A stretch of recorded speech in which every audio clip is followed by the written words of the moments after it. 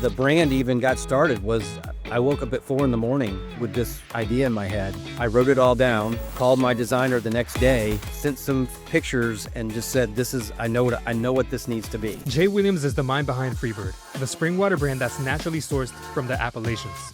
They're now in over 600 stores in under a year, despite starting from scratch. We're one of the fastest growing beverage companies in America. And so, when you go from not knowing anything about an industry and find yourself in situations where all of a sudden you're mentioned in circles with, very well established people and companies and whatnot, it just makes you feel good that, you're on the right track. In this episode, Jay breaks down Freebird's Americana themes, how to build a brand's identity, and make a beverage that's for everyone. We just thought, let's just target sort of the regular, mainstream, everyday person. And also, by the way, we wanted a product that was a little bit more approachable for women and also young people. I don't see many moms going out and buying liquid death for the children. We also dive into how Jay started from zero, jumping from real estate to building a brand, and how a beverage can create a community. People ask me oftentimes, what's your recommendation to young entrepreneurs that are contemplating starting a business? It's very simple to me. Just start.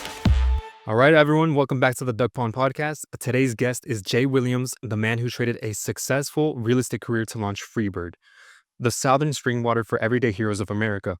From sourcing pure mountain water to canning it into a tall boy, Jay is redefining what a can of water can stand for.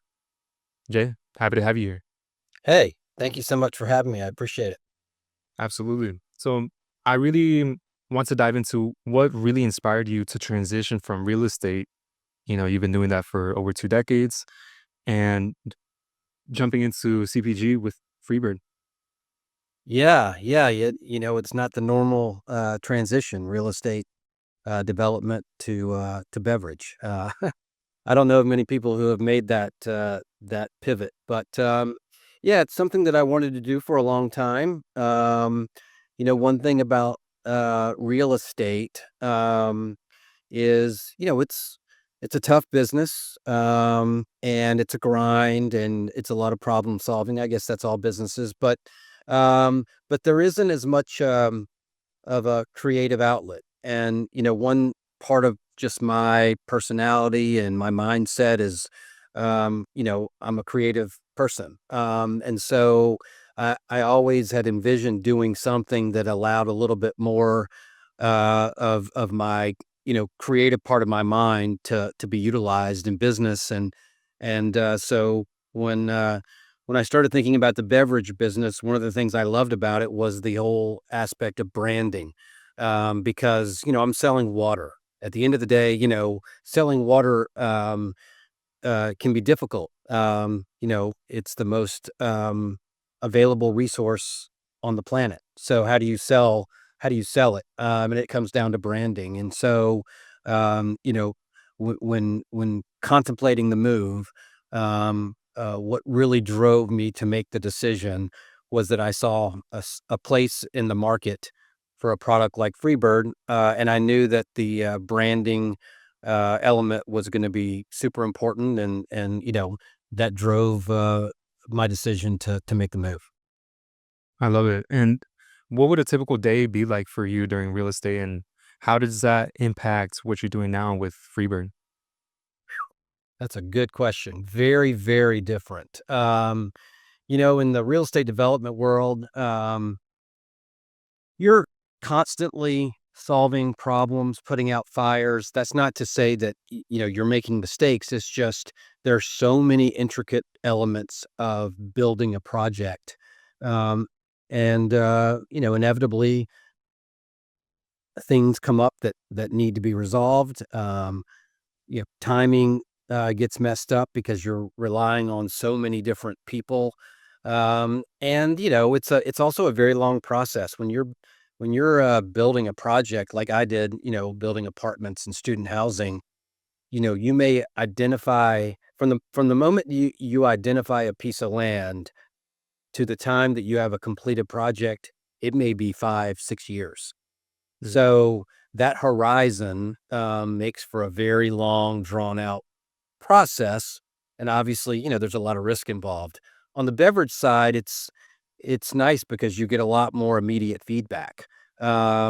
if your product is resonating, if people like it, you get to hear that real-time feedback on a regular basis, be it via sales, maybe it's because of reviews you're getting, maybe it's because you're out doing events and whatnot, and you get to talk to people and you get to talk to retailers. So there's a lot more feedback on a regular basis that allows you to, consistently, adjust where necessary. And also it's kind of nice, if you're doing something that people like, it doesn't hurt at all to be getting some positive feedback along the way. Whereas in real estate, it's pretty much all negative until you're done. And then you're just trying to sell it after that. So, it's a little different. No, yeah, definitely. And I do find that very interesting. We have had guests in the past come from a tech perspective, so software and development, Yeah. and that scales incredibly fast. You're on the opposite end of the spectrum where instead of slowing down for CPG, you're speeding up because real estate takes a long time, just development, building, and it's not really that scalable. Yeah. So I find that Yeah. incredibly interesting. Yeah, no, it is, and I think one of the things I love about it, is also the energy. It's a different energy, the CPG world in general, and I can speak specifically more to beverage, is a very supportive community. You've got a lot of competitors. You got a lot of people that unfortunately don't make it in this business. It's not easy, um, but people are always rooting for you to succeed. I don't. My product doesn't need to succeed, um, and that be the result of somebody else failing. We can all succeed together, and so I think there's a little bit of difference there. Whereas real estate can be a little bit more cutthroat, and certainly, CPG world can be the same. But I just find it refreshingly positive, and the energy's nice. I love that. I love that. I do want to dive into the beverage itself. You guys do source, the water from springs and specifically Georgia's Blue Ridge Mountains. How did you guys decide upon that? Yeah.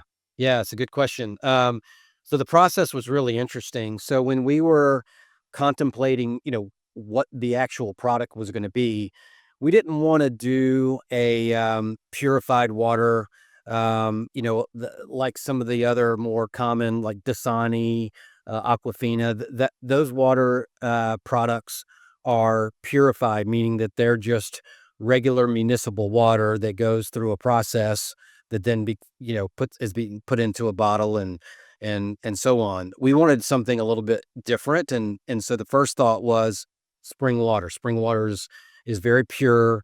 The purest in the water world always enjoy spring water. For us, one of the things that was really interesting was that we happened upon, just very luckily, a source of water in the Blue Ridge Mountains, that, comes from a family that owns this piece of land, and the family's owned it for generations, and, we just happened to have good timing, to find that it was available, and it's funny, the first time I ever, tasted the water, I drank it directly out of the ground, which is not something, one typically does, but it tasted great. It was super pure and fresh and crisp, and, I think that, component along with then putting it in a can, for the sustainability, were 2 of the most crucial decisions we made early on in the company. Oh, yeah, absolutely. Aluminum is infinitely recyclable and just much better for the environment rather than like the plastic water bottles that Dasani and all these other water brands typically use. Yeah, no, and also it's cooler. I mean, a lot of younger people, well, people in general, but people aren't drinking as much alcohol anymore. And so you have a lot of people that whether they're drinking less or they're sober, or they just want to be healthier, people are turning to healthier alternatives. And sometimes when you're out, in particular, it's hard to find those options. And so, a can like this, is cool. It feels like some people say it feels like a beer. That's not necessarily the objective, but the objective is to have a product that you can drink out in public and not feel out of place when everybody else may be drinking a beer or whatnot. Absolutely. And I think you really hit a particular thing when you mentioned the position yourself as almost like an alcohol alternative. Is that something that you guys were planning since the beginning or Yeah, just the yeah, branding just matched? yeah. Are you familiar with the company called Liquid Death? Yeah. So, Liquid Death was partly my inspiration for creating the company. I'm not really their target audience, and I'm not really a customer. But I have a lot of admiration for what they built. Within 5 years, they were worth $1 billion. So it's hard to argue with that kind of success. But what they effectively did was create a new category. And I'm from Atlanta, and so if you look back in history at Coca-Cola, when Coke came out, they created a category and they owned it for a long time until Pepsi came along and then others and where there was viable competition. Liquid Death did the same thing. They effectively created a new category of canned water. Now there's others out there, but Liquid Death really owns the market, and there hasn't been really any viable competition for them. And so when thinking about what we were going to do, they had a lot of influence because I thought, well, what about something for the rest of us, that would love a product like this, but we're just not really Liquid Death people. It's just that's not the kind of thing that myself or my wife or some of my friends really prefer. We would prefer something a little different, and so Freebird was a result of thinking through that and thinking about, okay, well, maybe something a little more Americana, maybe something that represents like blue collar and small towns and sort of the everyday guy, the everyday heroes that make up the foundation of our country. And so, you know, um, there's nothing controversial about that. People have their thoughts about Liquid Death, and I'll leave that to them. But for Freebird, our goal was not to give people a reason not to like us. That doesn't mean that everybody's going to love us, but we wanted to give our target audience and frankly everybody as many reasons as possible to like us and to like what we stand for, and also to like our product. And so, the brand itself just sort of came together. And I've got a great team around me, and so the branding itself and everything we've done on the marketing side to spread the word and raise awareness, follows that same Americana theme, and people seem to like it. So it's been pretty cool. No, absolutely. I really think that Freebird really captures the Americana spirit, especially when compared to Liquid Death. Yeah. Funnily enough, when I first heard of the brand Liquid Death, my mind immediately went like, "Oh, this is gonna be some very, very strong alcohol," you know, it and obviously a lot of their marketing has been in dispelling that myth that, "Hey, we're just water." Yeah. Whereas you guys, straight from the can, spring water. I love it. Yeah. You did Yeah. mention that you did mention that you guys are really, I wanna say targeting, but aiming at the everyday heroes, the backbone of America. How did you guys go about positioning yourselves in that way? Yeah. I think part of it was just a philosophical, starting point for us about what we wanted to represent and the values that we wanted to talk about. But also, it was just analyzing the market. When you see Liquid Death in particular, their target is we'll call it whatever you will, a little more, heavy metal, a little bit, a little rougher. And we just wanted to be a little bit more mainstream. On my mother's side of the family, most of my relatives are farmers. And so grow up seeing them in sort of uh, their world. What you see is just kind of regular people. And oftentimes, you find that a lot of products out there, new products, get very, very niche, where maybe they're ignoring the largest audience out there. And so I thought the opposite. I thought, well, wow, America is a big market, and there's a lot of people out there. Doesn't matter your income level. It doesn't matter your political beliefs. It doesn't matter, about whatever. things that you may do in your spare time, ultimately, we're all Americans. We're all, hopefully, happy with where we live and what that stands for. And so, why not make something that fits for everybody? And so, that was just a philosophical thing from the very beginning. And knowing that, some of our competitors, in particular, Liquid Death, was a little bit more specific in their approach.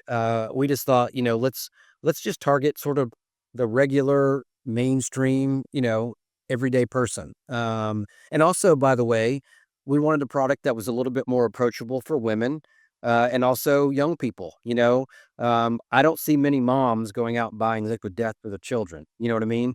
Uh, but they'll buy this because there's nothing about it that is controversial.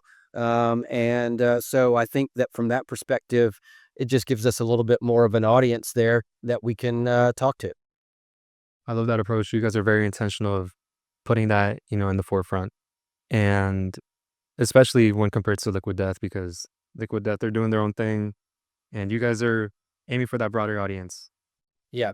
Yeah. And by the way, Liquid Death does what they do very, very well. I have nothing but good things to say about them. Even though they're not necessarily something for me, they're clearly something for a lot of people because they've done awfully well. And so I'm glad they created the category. I'm glad that they blazed the trail, and I'm also glad to walk that path that they've already put in place. And just hope they don't get mad one day if we pass them by. I love that. Speaking of a broader audience, what has been a reaction that surprised you the most or that you've enjoyed the most? Wow. I guess, it's simple to say this, but, when you go take a risk and you create something like this with no experience, I mean, I didn't know one person or one thing about beverage, nothing. So when you start from that literal ground zero and then all of a sudden see this swell of, positive results and reaction to what you've created, it feels really good. I can't shortchange that because it's the truth. We have been really, really excited about the results we've seen so far. We're one of the fastest growing beverage companies in America. And so, when you go from not knowing anything about an industry and find yourself in situations where all of a sudden you're mentioned in circles with very well established people and companies and whatnot. It just makes you feel good that you're on the right track. So we got a lot of work to do, a long way to go. But I'd be lying if I said I wasn't really proud of what we've accomplished so far. Oh, no, absolutely. You guys have done an incredible job growing so fast and so wide in such a short amount of time. You did mention that you guys were the fastest growing uh, beverage. You guys are in over 600 stores and you started from ground zero. So walk me through what were some of the biggest hurdles in getting to that point? Yeah. Well, first of all, when you don't know what the hell you're doing in a new industry, you got to figure it out, right? And the smartest thing I did probably in the very beginning was I partnered up with some people that knew the beverage industry. So the people that I could learn from, people that had relationships in the industry that I didn't, because I realized very quickly that it's very hard to break into these circles if you don't know anybody and they don't know who you are and don't know what you're capable of. So I think that was one component that was challenging, but also very fulfilling, as I saw it unfold and we started making good progress. I think also, you don't you have no idea how you're gonna be, um, you know, perceived and how people are gonna feel about what you're doing. So all you can do is have the passion, and have the belief and the full confidence that what you're doing, it's something. Like, when we created the brand, um, you know, that was the very first thing that we did. We didn't do like everybody else does. My philosophy from the very beginning was, "I'm gonna create the brand as if it exists, mock it up, the whole thing, let's see what it looks like. And when I saw it, and my designer is a super talented, woman who's done an unbelievable job for me. We created this together, and when we both saw it, we were like, "This is something." I think we got something here. But you don't know until you sit in front of somebody. So when you're sitting in front of, for example, we did a deal with United Distributors out of Atlanta, one of the largest and most respected distribution companies in the country. Um, and they loved us, and they took us on as a client. We're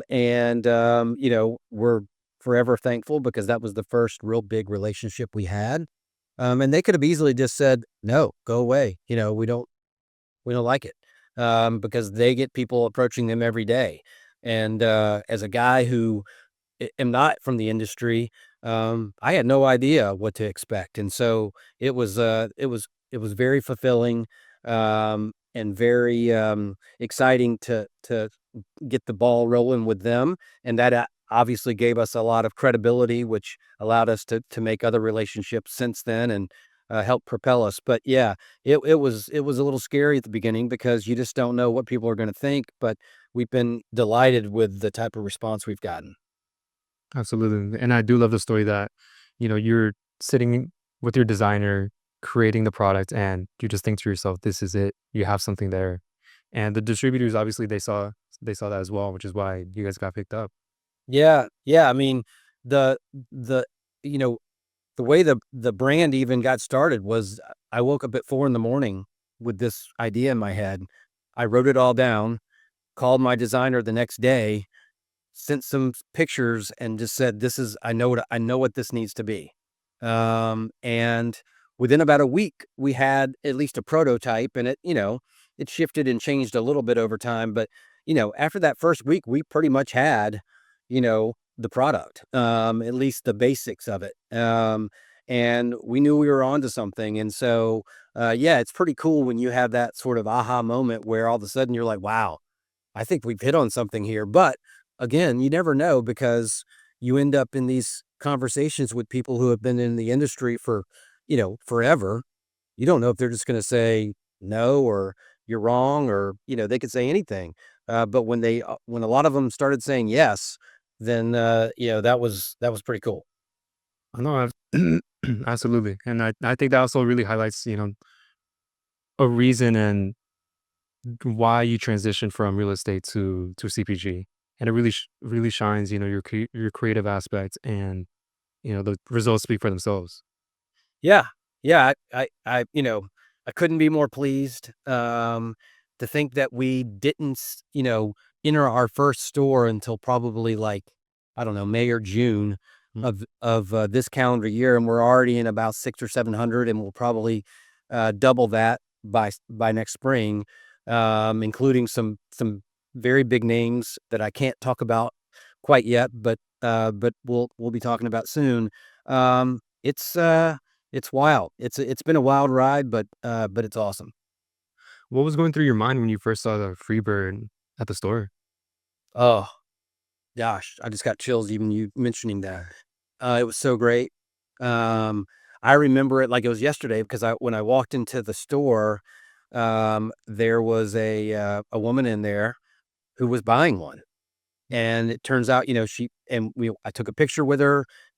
She was, our first customer, and she was super nice and supportive and excited, and she had no idea, she was just trying out a new water. And so, but seeing that in the store, yeah, it's an emotional moment. You you have a career, that you have for 25 years, you switch into something different, you have no idea what you're doing, and you don't really know, if it's gonna work or not.